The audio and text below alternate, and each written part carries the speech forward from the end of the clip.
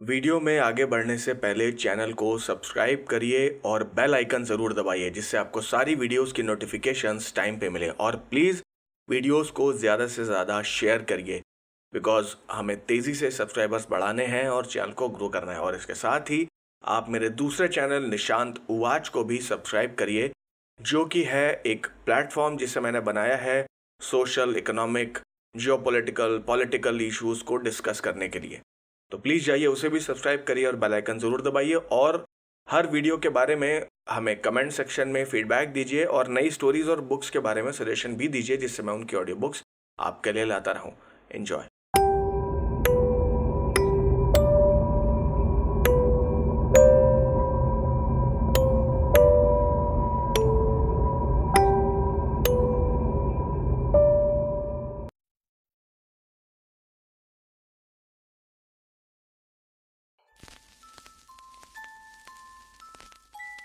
वो एक बड़ी भयानक रात थी।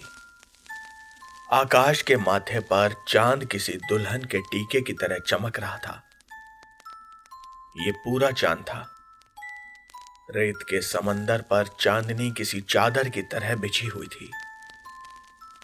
लेकिन फिर भी ये एक भयानक रात थी। ऐसी मनमोहक रात और ऐसी भयानक जब दिलों पर वहशत बरसती हो। अगले पल की खबर ही ना हो कि क्या होने वाला है। ऐसे में ये खूबसूरत चांदनी क्या कर लेगी? चांद का यह आकर्षण, ये सुंदरता कौन देखेगा? बाहर के नजारे और बाहर का मौसम उसी वक्त अच्छा लगता है जब आदमी के अंदर का मौसम अच्छा हो, मन में उमंग हो, खुशी हो, सुकून हो। दूर क्षितिज तक फैला रेगिस्तान, किसी मोटे कालीन की तरह जमीन पर बिछी रेत, धीरे धीरे बहती ठंडी हवा और किसी सुंदरी के चेहरे की तरह चमकता हुआ खिला खिला चांद। सब कुछ ऐसा ही था कि मन खिल जाए। लेकिन इस आकर्षक रात से आनंदित होने वाला यहां कोई नहीं था। जो थे उनकी आंखों में निर्ममता भरी हुई थी, या फिर आंसू और नींद। किसी की आंखों में आंसू थे तो किसी की आंखें बंद थीं, और जिसकी बंद थी उसकी किस्मत के जुगनू उसकी जिंदगी में अंधेरा फैलाने वाले थे। उस मासूम का क्या दोष था? उस मासूम का कोई दोष हो भी कैसे सकता था? उसका तो अभी नाम भी नहीं रखा गया था। इस दुनिया में आए उसे वक्त ही कितना हुआ था? एक दिन, बस एक दिन। और इस एक दिन ने उसे ये दिन दिखा दिया था कि उसका पालना ऊंट पर कसा जा रहा था। कुछ ही देर की बात थी कि उस मासूम को इस पालने में डालकर ऊंट को हाँक दिया जाना था।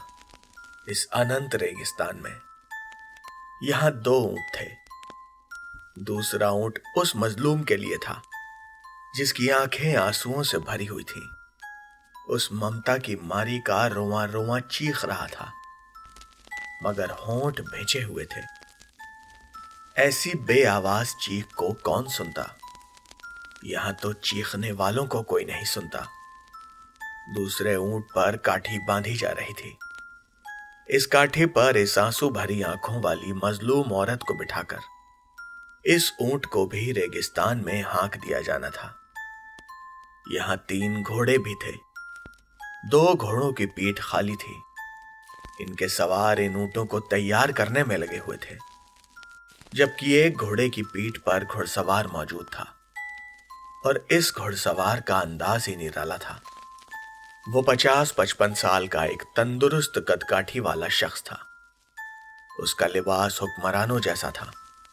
वो घोड़े की पीठ पर तनी कमर के साथ था।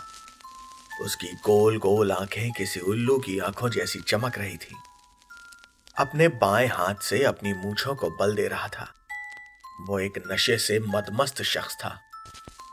उसे अपनी दौलत का नशा था, जैसे कोई विजेता हो जिसे अपनी ताकत का घमंड हो गया था।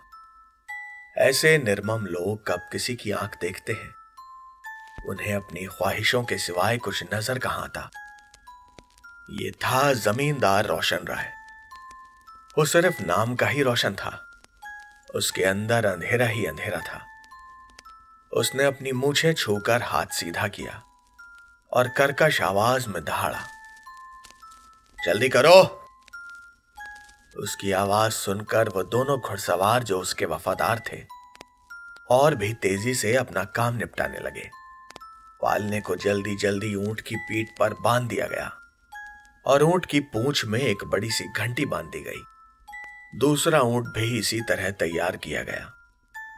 अपना काम निपटाकर वह दोनों घुड़सवार रोशन राय के सामने आदर से खड़े हो गए और सीने पर हाथ बांधकर सिर नवाकर बारी बारी बोले, सरकार मेरा ऊंट तैयार है, मालिक मेरा भी ऊंट तैयार है, जाओ फिर रवाना हो जाओ। वो दोनों वापस पलटे। सामने खड़ी हुई अबला जो गम से निढाल थी और आने वाले वक्त की कल्पना से ही जिसका दिल कांप रहा था। उसकी आंखों में आंसू थे, उसकी दुनिया अंधेरी थी। इस औरत के सीने से लगा उसका जिगर का टुकड़ा जो आने वाले वक्त से बेखबर मीठी नींद के मजे ले रहा था। उसे उस वफादार ने एक झटके में छीन लिया और उसे ऊंट की तरफ ले चला। ममता तड़प उठी। असहाय अबला ने हाथ बढ़ाकर उस वफादार से अपना बच्चा लेना चाहा, लेकिन दूसरे गुलाम ने उसका हाथ पकड़ लिया और उसे खींचते हुए दूसरे ऊंट की तरफ ले चला। और अब इस औरत के जब्त के तमाम बांध टूट गए। वो विक्षिप्त अंदाज में चीख उठी। उसकी दुख में डूबी हुई आवाज रेगिस्तान में गूंज उठी जो चांदनी में नहाए उस रेगिस्तान का दिल चीर गई। रोशन राय, तूने मुझसे मेरा बच्चा छीना है ना, मुझे बर्बाद किया है। याद रखना, एक दिन तू भी बर्बाद हो जाएगा, तेरा बच्चा भी कोई तुझसे छीन कर ले जाएगा। यही मेरी बद्दुआ है, एक मां की बद्दुआ। उसके दुख भरे क्रंदन के जवाब में रोशन राय का एक भयानक कहकहा गूंजा।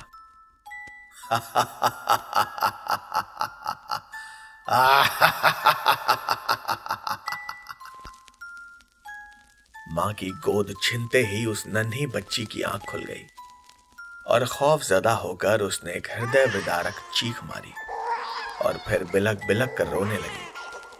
रोशन राय के वफादार ने उस मासूम के रोने की कोई परवाह नहीं की।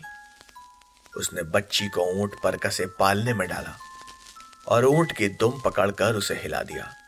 ऊंट हड़बड़ा कर उठ गया। तब वो वफादार वापस पलटा और तेजी से पास खड़े अपने घोड़े पर सवार हुआ और ऊंट के पास आकर उसने अपने मुंह से एक अजीब सी आवाज निकाली और उसके दुम एक बार फिर जोर से हिलाई। वो ऊंट एक दिशा में तेजी से हिलोरे लेता भाग निकला।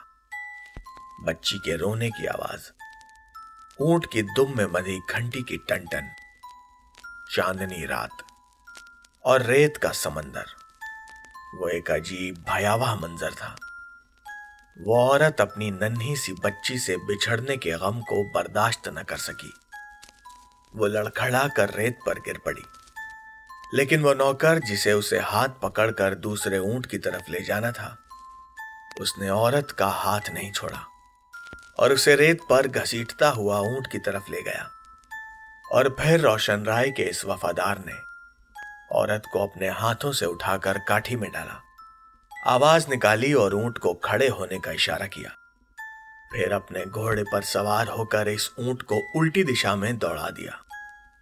अब रेगिस्तान की निस्तब्धता में 2 घंटियों की आवाजें गूंज रही थी और ये आवाजें बिल्कुल उल्टी दिशाओं से आ रही थी, जो कि धीरे धीरे धीमी पड़ती गईं।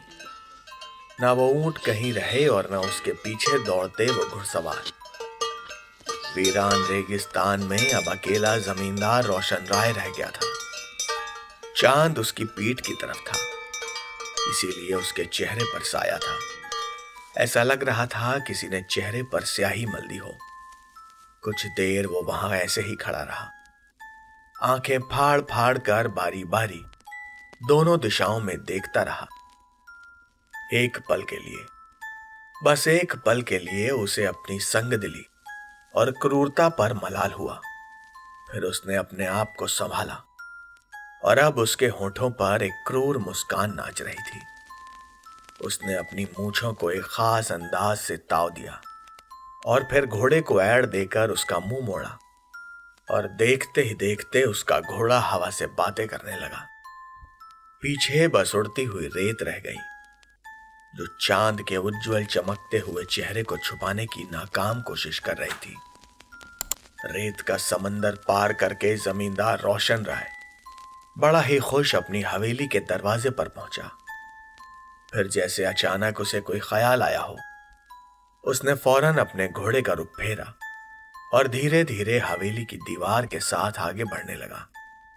हवेली के मालिक को वापस पलटते देखकर हवेली के फाटक पर तैनात दोनों निगरानी वाले आदमी घोड़े के पीछे दौड़ने लगे। जमींदार रोशन राय घोड़ा दौड़ाते हुए दीवार के साथ चलता हवेली के पिछवाड़े पहुंच गया। यहां घोड़े पर बैठे बैठे ही आदतन उसने अपनी मूंछों को ताव दिया और बड़े ही घमंडी अंदाज में अपने पूर्वजों के जाती कब्रिस्तान की तरफ देखा। उसका गेट खुला हुआ था। वो घोड़ा दौड़ाता हुआ गेट में दाखिल हो गया। उसने घोड़ा रोका और एक नजर कब्रिस्तान में चारों तरफ डाली। वहां एक हौलनाक सन्नाटा फैला हुआ था। करीब 50-60 कब्रें होंगी वहां, और काफी जगह खाली पड़ी थी। उससे कुछ फासले पर एक पेट्रोमैक्स की रोशनी नजर आई। वो घोड़े को धीरे धीरे दौड़ाते हुए उस जगह पहुंच गया। यहां उसके 3 मुलाजिम मौजूद थे।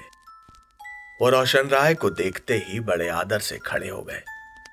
फिर उनमें से एक छोटे कद का मोटा नौकर आगे आया और रोशन राय के सामने हाथ बांधकर और झुककर खड़ा हो गया। हाँ रौली, क्या हुआ? काम ठीक से निपट गया ना? जी सरकार। रोशन राय ने घोड़े से उतरने की जहमत नहीं उठाई। उसने घोड़े को थोड़ा आगे बढ़ाया और काम का जायजा लिया। उसके सामने 2 ताजा कब्रें बनी हुई थी। एक कब्र छोटी थी और एक बड़ी। कब्रों का जायजा लेकर उसने गर्दन हिलाई और फिर अपना घोड़ा मोड़कर धीरे धीरे चलने लगा। रौली घोड़े के साथ साथ चल रहा था। ठीक है रौली, अब तुम जाओ। यहां एक बंदे को छोड़ देना, वो कब्रिस्तान का ख्याल रखेगा। समझ गया सरकार। बस तो फिर जा और आराम कर। मैं भी आराम करता हूं। आज कुछ लंबी ही घुड़सवारी हो गई। जी सरकार, जाता हूं मैं।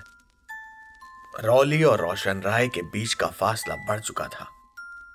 हवेली के वो दोनों निगरानी वाले आदमी कब्रिस्तान के फाटक पर खड़े अब भी हाँफ रहे थे।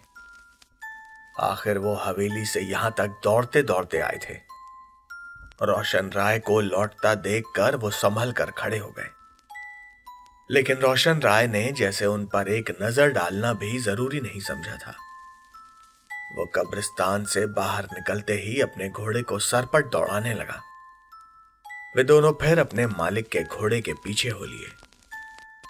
वे जब हवेली के फाटक तक पहुंचे, तब तक रोशन राय अपने बेडरूम में दाखिल हो चुका था, और फिर अभी उसने कपड़े बदले ही थे कि उसकी बीवी नफीसा बेगम कमरे में दाखिल हुई।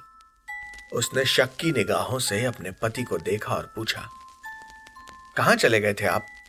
जहां से भी आ रहा हूं कुछ करके ही आ रहा हूं। तुम्हारे बेटे की तरह नहीं हूं। मैंने अपने माँ बाप का नाम रोशन किया है, और एक वो है जो रोशन राय के नाम को बट्टा लगाकर बैठा है। बड़े लोगों के पूत। पढ़ तो रहा है, और कैसे पढ़े? एमए कर रहा है मेरा बेटा। पढ़ाई के साथ अगर उसने अपना शौक पूरा कर लिया तो कौन सा जुर्म कर दिया? आखिरकार उसे पलट कर आना तो हवेली में ही है ना। तुम्हारे बाद अपनी जागीर उसे ही तो संभालनी है। हाँ हाँ, बस संभाल ली उसने जागीर। पूत के पांव पालने में ही नजर आ जाते हैं नफीसा बेगम। पूत के पांव पालने में नहीं, 8 नंबर के जूते में है। जरा संभल कर रहना। तुम्हारे और उसके पांव में अब कोई फर्क नहीं रहा है। कहीं किसी दिन वो तुम्हारे जूतों में पैर ना डाल दे। नफीसा बेगम बेख्तियार हंसने लगी, लेकिन उनकी हंसी में एक जहर घुला हुआ था। तुम मुझे धमकी दे रही हो? धमकी नहीं दे रही, सच्चाई बता रही हूं। तुम मुझे बिल्कुल नहीं जानती हो नफीसा बेगम। मैं तुम्हें जानना भी नहीं चाहती मेरे सरताज। पत्नी का ये अंदाज रोशन राय को जरा भी पसंद नहीं आया था। उसका ये लहजा रोशन राय को बड़ा नागवार गुजरा था। उसके बावजूद उसने संयम से काम लिया और लापरवाही से बोला, नफीसा बेगम, मैं अब सोना चाहता हूं। तो सो, जरूर सो, लेकिन क्या तुम्हें इतनी जल्दी नींद आ जाएगी? अभी तो रात जवान भी नहीं हुई। नफीसा बेगम ने मुस्कुराती नजरों से अपने शौहर की आंखों में झांका। रोशन राय खामोश रहा तो वो आगे बोली, उसका फोन आया था। उसका? उसका किसका? समीर का। वो कल आ रहा है। नफीसा बेगम ने एक धमाका खेज खबर बड़े इत्मीनान से सुनाई। रोशन राय के चेहरे पर चिंता के भाव उपजे। वो कुछ पल अपनी बीवी को घूरता रहा और फिर उसने पूछा, तुमने उसे कुछ बताया तो नहीं ना? मैं उसे क्या बताती? मेरे पास अपने बेटे को बताने के लिए है ही क्या? नफीसा बेगम, तुम्हें खुशनसीब औरत हो। तुमने समीर को कुछ ना बताकर अकलमंदी का सबूत दिया है। अपनी जिंदगी लंबी कर ली है आपने। नफीसा बेगम ने अपने शौहर के चेहरे पर नजर डाली तो जैसे उसके चेहरे पर कोई काला नाग फन फैलाए बैठा नजर आया। वो रोशन राय की संगदिली से अच्छी तरह वाकिफ थी। वो अच्छी तरह जानती थी कि मौत से खेलना और किसी की जिंदगी की किताब बंद कर देना उसके शौहर के लिए तीतर मारने के बराबर था। ये और बात थी कि वो अपने खौफ को अपने चेहरे से जाहिर नहीं होने देती। हालांकि हकीकतन वो अंदर ही अंदर उससे खौफजदा रहती थी। नफीसा बेआखिर इसी खानदान की थी। वो रोशन राय के चाचा की बेटी थी और 8 भाइयों की इकलौती लाडली बहन थी। जब कभी भी उसके 8 भाई इकट्ठा होकर किसी जश्न में शामिल होने इस हवेली में आते थे तो हवेली के दरो दीवार कांपने लगते थे। उनके बीच बैठकर रोशन राय को अपना दबदबा बनाए रखना मुश्किल हो जाता था। नफीसा के नाम अच्छी खासी जायदाद भी थी, यानी वो हर तरह से मजबूत थी। लेकिन अपनी इस मजबूत सामाजिक और आर्थिक स्थिति के बावजूद वो रोशन राय की गोल गोल उल्लुओं जैसी आंखें देखकर अंदर ही अंदर कांप जाती थी। वो उसकी निर्मम आंखों में खून की झलक देखती। अपने भीतर के इस खौफ को दूर करने के लिए वो कभी कभी बदजुबानी पर उतर आती। इस वक्त भी जब रोशन राय ने ढके छुपे शब्दों में उसकी जिंदगी खत्म करने की धमकी दी तो वो खौफजदा हो गई। लेकिन अपना खौफ दूर करने के लिए वो बड़ी जुर्रत से मुस्कुरा दी और फिर उसने एक ऐसी बात कह दी कि रोशन राय उस बात को सुनकर हक्का बक्का रह गया। खुद नफीसा बेगम भी अपनी इस जुर्रत पर हैरान रह गई थी। उसने कहा था, रोशन राय साहब, आपको याद है ना, मैंने आपके मुंह पर एक बार थप्पड़ मारा था? और रोशन राय को एकाएक यही महसूस हुआ जैसे उसकी बीवी ने उसके चेहरे पर तेजाब फेंक दिया हो। उसका चेहरा जैसे शोलों में घिर गया। उसने अपने मोटे होंठ सख्ती से भींच लिए। उसकी गोल आंखें और ज्यादा फैल गईं। उनमें कहर नजर आने लगा। लेकिन उसकी वह हालत बस कुछ ही पल रही। वो जानता था कि अगर उसने जवाब में गुस्सा दिखाया तो सब बना बनाया खेल बिगड़ जाएगा। कल उसका बेटा समीर आ रहा था और अगर नफीसा ने समीर को वो सब बता दिया तो समीर ज्वालामुखी बन जाएगा। फिर इस तूफान से बचना किसी तरह मुमकिन नहीं होगा।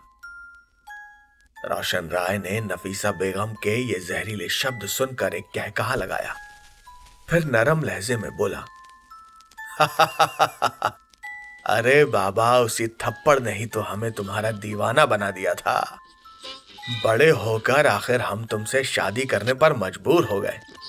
फिर तुम हमसे 2 साल बड़ी भी तो हो। अगर बचपन में हमारी किसी शरारत पर तुमने थप्पड़ मार दिया तो क्या हुआ? बड़े तो बच्चों को सजा देते ही रहते हैं ना। राय साहब, आपका भी जवाब नहीं। कोई बातें बनाना तो आपसे सीखे। अच्छा, मैं चलती हूं, आप आराम फरमाइए। नफीसा बाहर जा चुकी थी और रोशन राय उस दरवाजे को घूर रहा था। कुछ देर तक अपनी गोल गोल आंखें उसने इसी तरह दरवाजे पर टिकाए रखी, फिर तकिए सीधे किए और बिस्तर के हवाले हो गया। उसने अपनी आंखें बंद कर ली, लेकिन आंखें बंद करते ही नवजात बच्ची के रोने की आवाजें उसके कानों से टकराने लगी। रेगिस्तान का वो घटना चक्र, वो मंजर उसकी आंखों के सामने घूमने लगा। उस औरत की बद्दुआ उसका दिल चीर रही थी। रोशन राय ने घबरा कर अपनी आंखें खोल दी। बेडरूम का दरवाजा खुला हुआ था। उसने उठकर दरवाजा बंद किया। लाइट अभी जल रही थी, जो उसने वैसे ही छोड़ दी। वो अब अंधेरे में नहीं सो सकता था। एक जमाना था कि हल्की सी रोशनी भी उसे चैन की नींद नहीं लेने देती। उसके बेडरूम के दरवाजे और खिड़कियों पर बड़े भारी पर्दे लगे हुए थे। इन पर्दों को जब फैला दिया जाता तो उसका बेडरूम किसी फोटोग्राफर के डार्क रूम में बदल जाता था। नफीसा बेगम को ऐसे अंधेरे से वहशत होती थी। शुरू के कुछ दिन तो वो रोशन राय के साथ सोई, फिर उसने मजबूर होकर अपने अलग बेडरूम में सोना शुरू कर दिया। पर अब जबकि रोशन राय को अंधेरे में नींद भी नहीं आती और वो कमरे की लाइट जलाकर सोता था, तब भी नफीसा बेगम ने अपना अंदाज नहीं बदला था। वो शुरू से ही हरे रंग के 0 वॉट के बल्ब में सोने की आदी थी, लेकिन रोशन राय तो सारी लाइटें जला लेता था। एक तरफ जहां उसकी ये अजीब सनक थी, वहीं उसके कुछ दूसरे शौक भी थे। शिकार का वो शौकीन था और इसी शौक ने उसकी जिंदगी नरक बना दी थी। एक बार तीतर का शिकार खेलते हुए उसके रास्ते में एक काला नाग आकर खड़ा हो गया था। रोशन राय का कोई रास्ता रोके, ये बात उसे किसी तौर पर पसंद नहीं थी। वो अपने रास्ते में आने वाले हर व्यक्ति को बेदर्दी से कुचलने का आदी था। उस सांप की भला उसके सामने क्या औकात। उसने कंधे से बंदूक उतार कर उस सांप का निशाना लिया और गोली चला दी। एक जोरदार धमाका हुआ और सांप के फन के परखच्चे उड़ गए।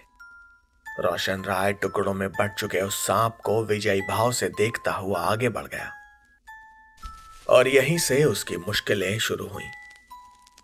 इसी वजह से वो लाइट जलाकर सोने पर मजबूर हो गया।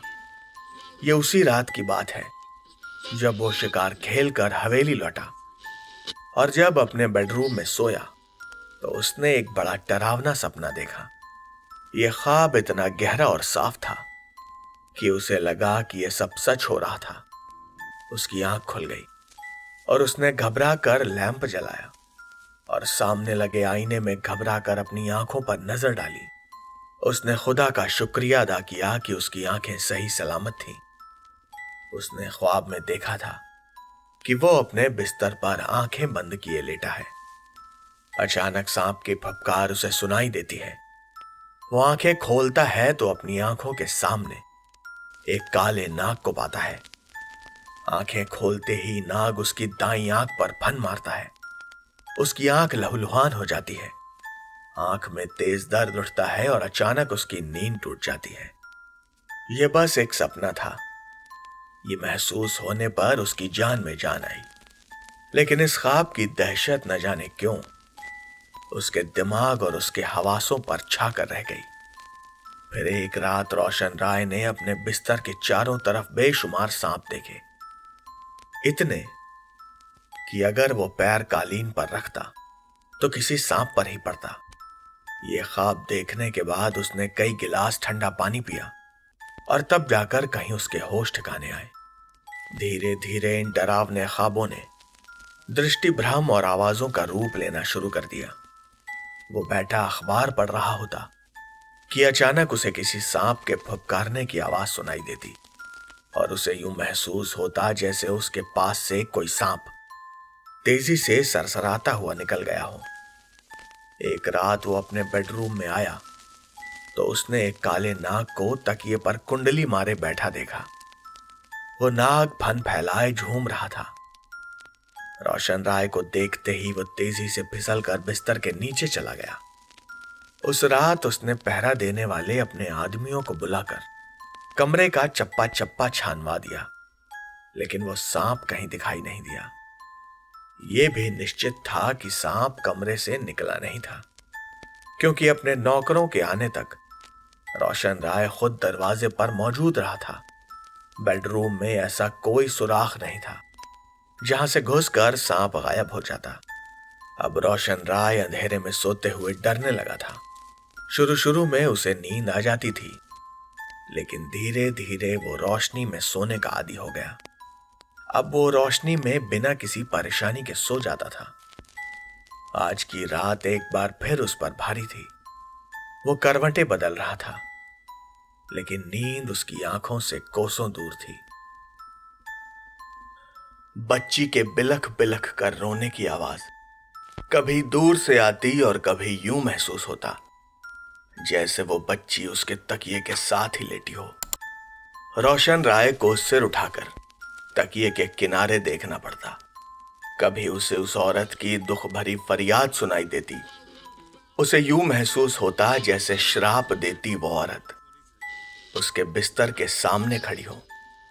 वो आंखें खोलने पर मजबूर हो जाता, लेकिन सामने कुछ न होता। उसके लिए एक और बड़ी मुसीबत भी तो थी, उसका अपना बेटा समीर राय। उसके ख्यालों में अपने बेटे समीर का चेहरा उभरा। गुस्से में लाल बबू का आंखों से आग बरसती हुई वो रोषपूर्ण आवाज के साथ पूछता, बाबा, आपने ये क्या किया? मुझे ये किस जुर्म की सजा दी आपने? रोशन राय की ये रात आंखों ही आंखों में कट गई। ऐसा होना भी चाहिए था। जो दूसरों को दुख देते हैं, जो दूसरों की जिंदगी जहन्नुम बनाते हैं, वो भला किस तरह सुकून की नींद सो सकते हैं? सुबह नमाज के वक्त उसकी आंख मुश्किल से ही खुली। अभी वो कुछ देर ही सो पाया होगा कि अचानक उसे एहसास हुआ जैसे वो किसी गहरे अंधेरे में है, कब्र में लेटा हुआ है। इतना घोर अंधेरा था कि आंखें खोलते हुए भी उसे खौफ महसूस हो रहा था। उसे याद आया कि वो तो कमरे की लाइट जलाकर सोया था। ये लाइट बंद कैसे हो गई? कमरे में किसी के दाखिल होने का सवाल ही नहीं था, क्योंकि वो सोने से पहले ही दरवाजा बंद कर चुका था। अपने हवाल उसने संभाले तो उसे ख्याल आया कि शायद लाइट चली गई होगी। हां, लाइट जा सकती थी, लेकिन इससे क्या फर्क पड़ना था? हवेली में अच्छा खासा बड़ा जनरेटर भी तो था, जो लाइट जाते ही चालू हो जाता था। उसने गौर से सुना, जनरेटर चलने की आवाज नहीं आ रही थी। इसका मतलब था कि लाइट गई नहीं है। फिर कमरे में अंधेरा क्यों है? वो अंधेरे में टटोलते हुए स्विच बोर्ड की तरफ बढ़ा। फिर ख्याल आया कि पर्दा हटाकर क्यों ना देख ले। हवेली की राहदारी में पूरी रात रोशनी रहती थी। उसने अभी पर्दा सरकाने के लिए हाथ बढ़ाया ही था कि कमरे में एकदम उजाला फैल गया। कमरा प्रकाशमान होते ही उसने एक जोरदार फुफकार की आवाज सुनी और एक सांप को पर्दे के पीछे जाते देखा। रोशन राय ने तुरंत पर्दा छोड़कर तकिए के नीचे रखा रिवॉल्वर निकाल लिया और तेजी से पर्दा समेटा, लेकिन वो सांप उसे कहीं नजर नहीं आया। उसने पर्दे को अच्छी तरह से आगे पीछे करके देख लिया। सांप पर्दे के पीछे गया था, ये बात पक्की थी, पर अभी वो वहां नहीं था। इतनी जल्दी वो कहां गायब हो गया? रोशन राय ने सतर्कतावश रात के पहरेदारों को बुलाकर अच्छी तरह से कमरे का जायजा कराया, लेकिन वो सांप कहीं नहीं था। सुबह हो गई थी, लेकिन रोशन राय की आंखों में नींद भरी हुई थी। उसने नौकरों को हिदायत दी कि उसके दरवाजे पर तब तक दस्तक न दे जब तक वो खुद दरवाजा न खोल दे। वो सो गया। नफीसा बेगम सुबह जल्दी उठने की आदी थी। वो सुबह उठते ही अपनी दिनचर्या में व्यस्त हो गई। इस बीच उसने कई बार अपनी खास नौकरानी लॉन्गसरी से रोशन राय के बारे में मालूम किया। वो हर बार यही खबर लाई कि मालिक उठे नहीं हैं। जब नाश्ते का भी वक्त गुजर गया और दोपहर के खाने का वक्त सर पर आ गया, तो नफीसा बेगम ने एक बार फिर लॉन्गसरी को रोशन राय के बारे में पूछने के लिए भेजा। वो फिर से वही खबर लाई। बीबी जी, मालिक अभी सोकर नहीं उठे। वो कह के सोए हैं कि जब तक खुद दरवाजा ना खोलें दस्तक ना दी जाए। नफीसा सोच में पड़ गई। वैसे तो ये कोई नई बात नहीं थी। रोशन राय अक्सर देर तक ही सोता रहता था, लेकिन 12 साढ़े 12 तक हमेशा उठ जाता था। पर अभी रात के 2 बज रहे थे। इतनी देर तक वो कभी नहीं सोया था। नफीसा बेगम चिंतित थी, पर उसमें इतना साहस नहीं था कि वो किसी नौकर चाकर से उसके दरवाजे पर दस्तक दिला दे। अपनी परेशानी दूर करने के लिए वो लॉन्गसरी से इधर उधर की बातें करने लगी। वो दोनों अभी बातें कर ही रहे थे कि एक नौकरानी भागती हुई कमरे में आई। नफीसा ने उसके चेहरे की तरफ देखा। उसके चेहरे पर खुशी थी। वो कोई खुशखबरी लाई थी। नफीसा बेगम ने चैन की सांस ली। पूछा, क्या हुआ मालकिन? छोटे मालिक आ गए हैं? अच्छा। नफीसा के चेहरे पर भी जैसे फूलों की बारिश हो गई थी। वो तुरंत उठ खड़ी हुई। लॉन्गसरी ने फौरन उसे जूतियां पहनाई। तभी जाने क्या सोचकर नफीसा बेगम की खुशी हवा हो गई। वो अचानक ही उदास और संजीदा नजर आने लगी। वो धीरे धीरे आगे बढ़ी। अभी वो दरवाजे की तरफ बढ़ी ही थी कि उसे अपने बेटे समीर की आवाज सुनाई दी। मेरी मां, तुम कहां हो? मैं यहां हूं बेटे, मेरे समीर। कमरे में दाखिल होते ही बेख्तियार समीर अपनी मां से लिपट गया। कैसी हो तुम मां? नफीसा कुछ न बोली। उसने बोलने की कोशिश की तो उसका गला रूंध गया। बदन में एक कपकपी सी उठी। अपनी मां को कांपते देखकर समीर ने उसे खुद से जुदा किया और जरा पीछे होकर अपनी मां का चेहरा देखा। उसका चेहरा धुआं हो रहा था।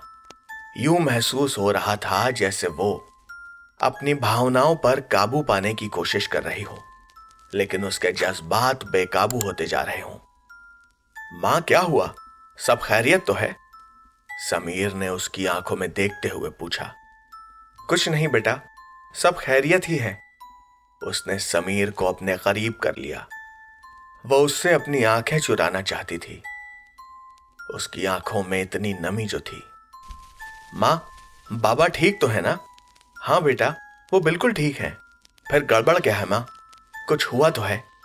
जल्दी बताओ मां। कुछ नहीं हुआ समीर, बैठो। तुम एक लंबा सफर करके आए हो। नफीसा बेगम ने उसे अपने बिस्तर पर ही प्यार से बिठाया और फिर उसके करीब बैठते हुए पूछा, तुझे भूख लगी होगी ना? खाना लगवाऊं? हाँ मां, भूख तो लगी है, लेकिन पहले जरा फ्रेश होकर नहा लूं, फिर खाऊंगा खाना। लॉन्गसरी, नफीसा ने नौकरानी से कहा, जा साहब के कपड़े निकाल और जरा बाथरूम में देख लेना कुछ भी गंदा ना हो। बीबी जी, आप फिक्र ना करें, मैं देख लेती हूं। यह कहते हुए लॉन्गसरी कमरे से निकल गई। हाँ मां, ये तो बताएं कि नमीरा का क्या हाल है? समीर ने अपनी बीवी के बारे में पूछा। मैं अभी उससे मिला ही नहीं, सीधा आपके पास आया हूं। पहले मां फिर बीवी। ये सुनते ही नफीसा बेगम के मुंह से एक सिसकारी सी निकल गई। लाख जब्त किया, लेकिन बेख्तियार ही वो सिसक उठी थी। समीर चौंका। मां, तुम मुझसे क्या छिपा रही हो? बोलो ना, नमीरा ठीक तो है? नहीं समीर, वो ठीक नहीं है। वो एक बच्ची को जन्म देकर चल बसी। नफीसा बेगम ने दिल पर पत्थर रखकर यह खबर सुनाई। क्या मेरी नमीरा चल बसी? समीर तड़प उठा। उसके चेहरे पर जर्दी फैल गई। और मेरी बच्ची? वो भी नहीं रही समीर। नफीसा बेगम ने एक गहरी सांस ली। उसे क्या हुआ मां? समीर ने तड़प कर पूछा। नमीरा की मौत के बाद वो घंटे भर भी जिंदा न रही। वो भी चल बसी बेटे। मां, इतनी बड़ी बात हो गई, ये सब हो गया और आपने मुझे इत्तला भी नहीं दी। समीर ने भर्राए स्वर में पूछा था। बेटा, मैंने चाहा था कि मैं तुम्हें बता दूं, लेकिन तुम्हारे बाप ने मुझे रोक दिया। क्यों? ऐसा क्यों? समीर की आंखें फैल गईं। मैं नहीं जानती, शायद इसी में कोई तुम्हारी बेहतरी होगी। बेटे, तुम ज्यादा गम ना करो, सब्र से काम लो। तू तो मेरा बहादुर बेटा है। नफीसा उसे तो सब्र का पाठ पढ़ा रही थी, लेकिन खुद उसका यह हाल था कि आंखों से मोटे मोटे आंसू बह निकले थे। मां, मेरी बीवी मर गई, मेरी बच्ची मर गई, और आप कहती हैं कि सब्र? मैं सब्र कैसे करूं? समीर तड़प रहा था। नफीसा बेगम ने खुद को संभाला और बोली, अरे छोड़, बेटी ही तो थी, बेटी का क्या गम करना। चल बसी तो अच्छा हुआ, तुझे तो अपनी जागीर के लिए बस वारिस चाहिए। और रही नमीरा की बात, तो वो कौन सी हमारे खानदान से थी? खानदान में कई लड़कियां तेरे नाम की बैठी हैं, जिस पर उंगली रखेगा उसे ले आऊंगी। मां, ये आप क्या कह रही हैं? समीर ने अविश्वास और हैरत से मां को देखते हुए कहा, आप कब से बाबा जैसी बातें करने लगी? देखो बेटा, मेरी बात। नफीसा भी अपनी बात पूरी भी नहीं कर पाई थी कि लौंगसरी कमरे में दाखिल हुई। बीबी जी, मालिक इधर आ रहे हैं। यह खबर देकर लौंगसरी उल्टे कदम वापस चली गई। ओह, हमारा बेटा आया है। लौंगसरी के निकलते ही रोशन राय कमरे में दाखिल हुआ। उसने आगे बढ़कर समीर को गले लगाया। रोशन राय ने उसके दोनों बाजू पकड़ते हुए कहा, मेरा बहादुर बेटा। समीर ने खाली निगाहों से अपने बाप की तरफ देखा और बिना कुछ कहे कमरे से निकल गया। रोशन राय उसे हक्का बक्का देखता रह गया। समीर की बेचैनी देखने वाली थी। उसे एक पल का भी चैन नहीं था। वो पहले ही पूरी रात ठीक से सो नहीं पाया था। उसे ख्वाब में नमीरा नजर आई थी, जो किसी जंगल में भटक रही थी और उसका नाम ले लेकर उसे पुकार रही थी। इस सपने ने उसे और भी व्याकुल कर दिया था। हवेली की फिजा तो वैसे ही बड़ी अजीब थी। नमीरा के बारे में कोई भी कुछ बताने को तैयार नहीं था। सबके होंठ सिले हुए थे। साथ ही कई अनकही कहानियां नमीरा और उसकी बच्ची के बारे में गर्दिश कर रही थी, लेकिन कोई भी किसी बात की पुष्टि करने को तैयार नहीं था। खुद मां बाप का रवैया उलझा देने वाला था। नफीसा के चेहरे पर जो भाव थे वो उसकी जुबान पर नहीं थे, और जो जुबान पर था वो उसके चेहरे से मेल नहीं खाता था। नमीरा और उसकी नवजात बच्ची के पीछे कोई राज तो था, पर उसका सिरा समीर के हाथ में आ नहीं रहा था। उसकी बेकरारी बढ़ती ही जा रही थी। शायद उससे गफलत हो गई थी। अभी 15 दिन पहले ही तो समीर को नमीरा का पत्र मिला था। वो सिर्फ एक पंक्ति का पत्र था, लेकिन इस एक ही वाक्य में जैसे एक पूरी दास्तान लिखी हुई थी। नमीरा ने लिखा था, मैं खुद को बहुत अकेला महसूस करती हूं, हो सके तो मुझसे मिलने आओ।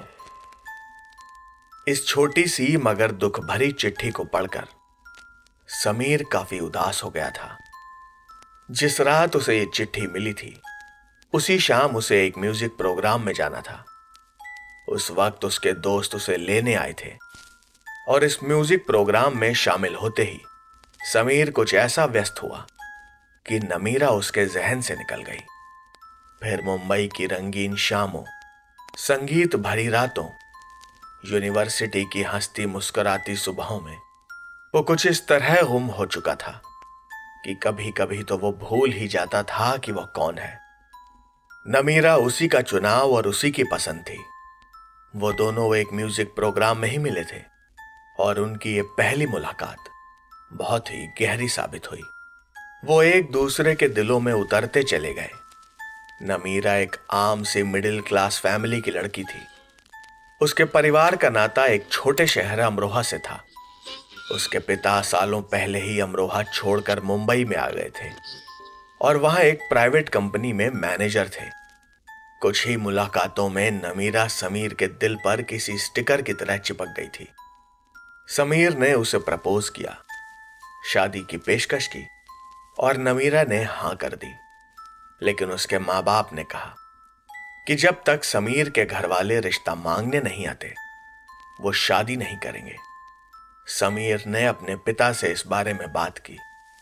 उसने खुले दिल का सबूत देते हुए नमीरा को अपनी बहू बनाने पर तो रजामंदी जाहिर की, लेकिन अपने से छोटे लोगों के दर पर रिश्ता मांगने जाने से साफ इनकार कर दिया। बिना समीर के मां पिता के नमीरा का बाप रिश्ता देने को तैयार नहीं था और समीर का बाप रिश्ता मांगने पर राजी नहीं था। इसका नतीजा यह हुआ कि समीर और नमीरा का रिश्ता परंपराओं के अनुसार न होकर बल्कि अपने तौर पर बस फॉर्मेलिटी से ही पूरा हो गया। समीर ने अपने एक दोस्त के घर कुछ दोस्तों की मौजूदगी में चुपचाप नमीरा से निकाह कर लिया। जब नमीरा के माँ बाप को अपनी बेटी के इस दुस्साहस और संगीन कदम की सूचना मिली तो उन्होंने जिंदगी भर के लिए उसका मुंह ना देखने की कसम खा ली। और जब समीर अपनी विवाहित नमीरा को लेकर हवेली पहुंचा तो उसके माँ बाप ने भी बड़े बुझे मन से उसका स्वागत किया। पर फिर भी पसंद ना आने के बावजूद नफीसा ने नमीरा को हवेली से बाहर नहीं निकाला। उसे नमीरा की नहीं बल्कि समीर की चिंता थी। वो अपने इकलौते बेटे से हाथ धोना नहीं चाहती थी। नमीरा भी अच्छी लड़की थी, सुंदर होने के साथ साथ ज़हीन भी थी। उसने जल्दी ही नफीसा बेगम को अपनी तरफ झुका लिया। सास बहू के रिश्ते में जो ठंडापन था वो धीरे धीरे कम होता गया। नमीरा ने बहुत जल्दी अपनी जहानत और अपने मीठे व्यवहार से नफीसा बेगम के दिल में घर कर लिया था। इधर वो सास के दिल में घर करती जा रही थी तो समीर के दिल से निकलती जा रही थी। नमीरा का नशा समीर के ऊपर से उतर रहा था। वो नमीरा को भूलता जा रहा था। एमए करते वक्त समीर हॉस्टल में रहता था और बांद्रा में उसके बाप का एक बंगला था, लेकिन समीर को उसमें रहना पसंद नहीं था। उसकी हवेली से तो जान जलती थी, फिर उतने बड़े बंगले में वो अकेले कैसे रहता। उसे तो अपने दोस्तों के साथ वाला हॉस्टल ही रास आता था। समीर एक भावुक मगर दृढ़ निश्चय नौजवान था। जो उसके मन में आ जाता उसे वो कर गुजरता था। नमीरा से निकाह भी उसने अपने दिल में उठने वाले ज्वार के प्रभाव में कर ली थी, पर अब वो जोश कम हो रहा था। नमीरा को हवेली में छोड़कर वो उसे जैसे भूल ही गया था। यहां तक कि नमीरा की वो एक लाइन वाली चिट्ठी, वो भी समीर के दिल के समंदर में हलचल नहीं मचा पाई थी। और नमीरा अपने अकेलेपन का रोना रोते रोते और उसे याद करते करते मर गई थी। समीर इस बारे में जितना सोच रहा था उसका गम और भी बढ़ता जा रहा था। उसका गला बार बार रूंध जाता था, आंखें छलक जाती थीं। वो गाड़ी लेकर कब्रिस्तान की तरफ चल गया। वो अभी आधे रास्ते में ही था कि उसे अचानक ब्रेक लगाना पड़ा। एक शख्स बिल्कुल अचानक ही गाड़ी के सामने आ गया था। समीर ने अगर फुर्ती से ब्रेक नहीं लगाया होता तो गाड़ी यकीनन उस शख्स पर चढ़ जाती। वो कोई फकीर था। उसके सर के बाल लंबे और उलझे हुए थे। मूंछ और दाढ़ी भी बहुत बड़ी हुई थी। उसका जिस्म एक सफेद चादर में लिपटा हुआ था। सांवले रंग का लंबा आदमी था वो। उसकी काली आंखों में एक खास किस्म की चमक थी। उस फकीर की ये जुर्रत देखकर समीर को गुस्सा आ गया। उस जागीर में ऐसा कौन शख्स था जो समीर से वाकिफ नहीं था। मालिक की गाड़ी आते देखकर उसके सामने रुकना तो छोड़ दो, मालिक की गाड़ी आते देखकर उसके सामने आना एक बड़े ही जिगर वाले आदमी का आत्मघाती कदम था। समीर वैसे भी अपने होश में नहीं था। उसे देखकर वो गुस्से से चीख उठा, क्या है, दिखाई नहीं देता? उस फकीर पर समीर के उस ऊल जुलूल गुस्से का कोई असर नहीं हुआ। वो गाड़ी के सामने से हटकर समीर के करीब आ गया। और अपनी तीखी नजरों से उसे घूरते हुए बोला, अरे मूर्ख, कब्रिस्तान में क्या रखा है? वहां क्यों जाता है? अरे जाना है तो रेगिस्तान में आ, खाली कब्रों में तुझे क्या मिलेगा? इतना कहकर वो मलंग वहां रुका नहीं। वो घूमकर गाड़ी के पीछे आया और फिर सड़क से उतरकर पेड़ों के झुंड में चला गया। समीर उसकी बात सुनकर एकदम चौंका। वो फौरन गाड़ी से उतरकर बाहर आया ताकि उस अजनबी शख्स से सवाल जवाब कर सके, उससे पूछ सके कि उसे कैसे मालूम हुआ कि वो इस वक्त कब्रिस्तान जा रहा है। कब्रों और रेगिस्तान में तलाश से उसकी क्या मुराद थी? वो क्या कहना चाहता था? समीर गाड़ी से उतरा तो देखता है कि वो मलंग पेड़ों के झुंड में जा रहा था। अरे ठहरो, मेरी बात सुनो। समीर उसे पुकारता हुआ उसके पीछे लपका, लेकिन जब समीर उन पेड़ों के झुंड में पहुंचा तो वो रहस्यमयी मलंग उसे कहीं नजर नहीं आया। इतनी सी देर में वो न जाने कहां छिप गया था। समीर निराश होकर गाड़ी की तरफ लौटा और फिर गाड़ी स्टार्ट कर कब्रिस्तान की तरफ चल पड़ा। उसका दिल तो पहले ही अपने काबू में नहीं था। नमीरा की अचानक और इस दर्दनाक मौत की इत्तला उसे खून के आंसू रुला रही थी। अपने बाप पर उसे इतना गुस्सा था कि आखिर उन्होंने उससे यह खबर छुपाई क्यों थी? इसमें उसका क्या हित था? मां ने कहा था कि उसकी बेहतरी के लिए ही उसे यह जानकारी नहीं दी गई, पर ऐसी क्या बेहतरी थी जिसके लिए उसे अपनी बीवी और बच्ची की मौत की खबर ही नहीं दी गई? इस सब में सच कहीं खो सा गया था। फिर वो मलंग, वो कौन था? अचानक सामने आया और अचानक गायब भी हो गया। देखने में वो भिखमंगा सा लगता था, पर भीख तो उसने मांगी ही नहीं। कुछ उल्टा पुल्टा बोलकर चला गया। समीर कहां जा रहा है, क्यों जा रहा है, ये उसके सिवा कोई नहीं जानता था। और उसने खाली कब्रों का जिक्र क्यों किया? रेगिस्तान की बात जुबान पर क्यों लाई? आखिर वो कौन था? क्या चाहता था? समीर इन्हीं तपती सोचों के साथ गाड़ी ड्राइव करता रहा। फिर उसे दूर से कब्रिस्तान का गेट नजर आया जो कि बंद था। उसने तेजी से गाड़ी का हॉर्न बजाना शुरू कर दिया और गाड़ी की रफ्तार भी कम कर ली। कब्रिस्तान का गौरकन पोखर, जो इस वक्त कब्र के इर्द गिर्द लगे पौधों में पानी दे रहा था, गाड़ी का हॉर्न सुनकर चौंका। वो जानता था कि इधर आने वाली गाड़ी सिर्फ मालिक की ही हो सकती है। वो फौरन गेट की तरफ भागा और जल्दी से गेट के दोनों पट्ट खोल दिए। समीर को गेट खुलने का इंतजार नहीं करना पड़ा। वो गाड़ी को सीधा कब्रिस्तान में ले गया। फिर वो इंजन बंद करके उतरा तो गौरकन, पोखर नाम था उसका, वो हाथ बांधे उसके सामने खड़ा था। समीर राय को देखकर पोखर की सिट्टी पिट्टी गुम हो गई थी। वो अंदर ही अंदर कांप रहा था। समीर ने एक भरपूर निगाह हाथ बांधे खड़े पोखर की तरफ डाली, फिर नरम लहजे में पूछा, पोखर, मालकिन कहां है? वो उस तरफ मालिक। पोखर ने अपनी कपकपाती आवाज पर काबू पाते हुए एक कोने की तरफ इशारा किया। समीर उस तरफ पड़ गया। पोखर हाथ बांधे और सिर झुकाए उसके पीछे आ रहा था। उन कब्रों के लिए एक ना दिखने वाला हिस्सा चुना गया था। वो कब्रें पेड़ों की आड़ में थी, दूर से देखने पर नजर ही नहीं आती थी, और वो पक्की हो गई थी। उन्हें सफेद पत्थर से बनाया गया था। कब्रों को देखकर समीर अधीर हो उठा। उसने बड़ी बेताबी के साथ नमीरा और अपनी बच्ची की कब्र के गिर्द एक चक्कर लगाया।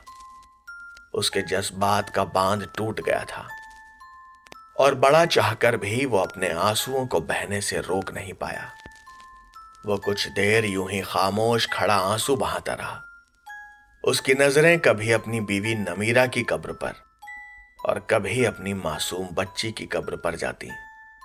उसकी आंसुओं से भरी आंखों के सामने वो कब्रें बीच बीच में धुंधला जाती और कभी साफ दिखाई देने लगती। फिर समीर ने रुमाल से अपने आंसू पोंछे और फातिहा पढ़ने के लिए हाथ उठाए अभी उसने फातहा पढ़ना शुरू ही की थी कि अचानक उसके कानों में उस रहस्यमय मलंग की आवाज टकराने लगी। उसके बोल कानों में गूंजने लगे। समीर से फातहा पढ़ना मुश्किल हो गया और एक दूसरा ख्याल समीर के दिमाग में कौंधा और उसने तुरंत ही इस ख्याल पर अमल करने की भी ठान ली। उसने एक नजर पोखर पर डाली। वो बदस्तूर हाथ बांधे और सर झुकाए खड़ा था। समीर को हटता देखकर वो फौरन एक तरफ हो गया। समीर उसके पास से गुजरता हुआ बोला, आओ पोखर। जी मालिक।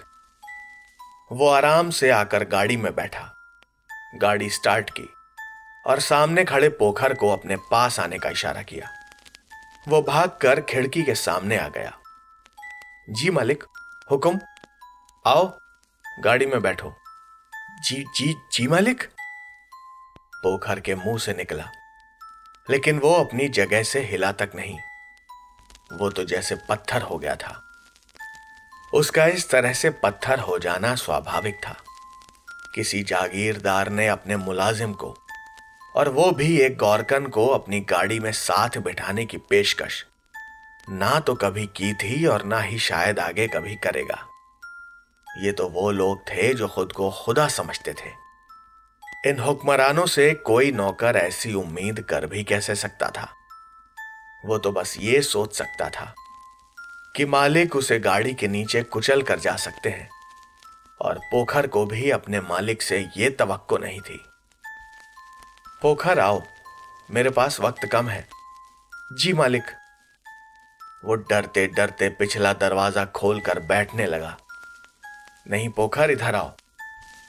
समीर ने उसे अपने साथ अगली सीट पर बैठने का इशारा किया। पोखर को अपने कानों पर यकीन नहीं हो रहा था। मालिक उसे बराबर बैठने के लिए कह रहा था, पर मालिक का हुक्म ना मानना भी खुद को मुसीबत में डालने वाली बात थी। इस कब्र खोदने वाले पोखर का घर भी कब्रिस्तान में ही था। यहां वो अपने बीवी बच्चों के साथ रहता था। उसने अपने कच्चे मकान पर दूर से ही नजर मारी। वो कच्चा घर उसके देखते ही देखते धुंधला गया।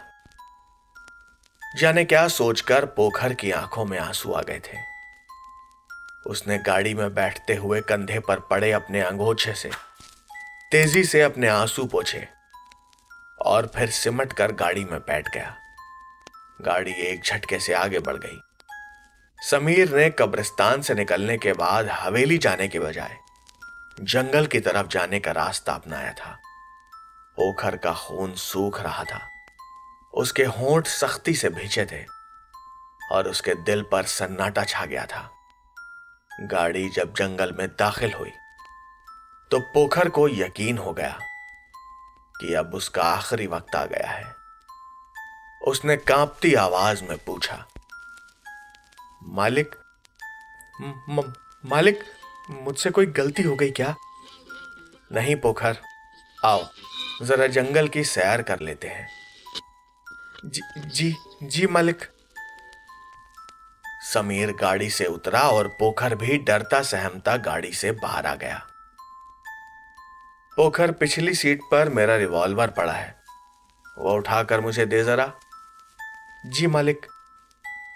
जब पोखर ने कांपते हाथों से गाड़ी का पिछला दरवाजा खोला तो पीछे से समीर की आवाज आई, अरे रहने दे पोखर। अच्छा मालिक। उसने फौरन दरवाजा बंद किया और समीर राय के पीछे हो लिया। वो जंगल के अंदर जा रहा था। कुछ दूर अंदर जाकर समीर एक घने पेड़ के नीचे खड़ा हो गया। पोखर भी वहीं रुक गया।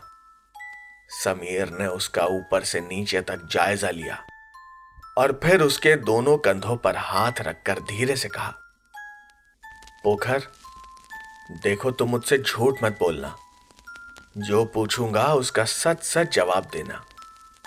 अगर तुमने झूठ बोला तो ये बात अच्छी तरह से जान लो कि मैं यहां से अकेला जाऊंगा, और अगर तुमने सच बोला तो मेरी तुम्हारी इस मुलाकात का किसी को कोई पता नहीं चलेगा, यहां तक कि बड़े मालिक को भी नहीं।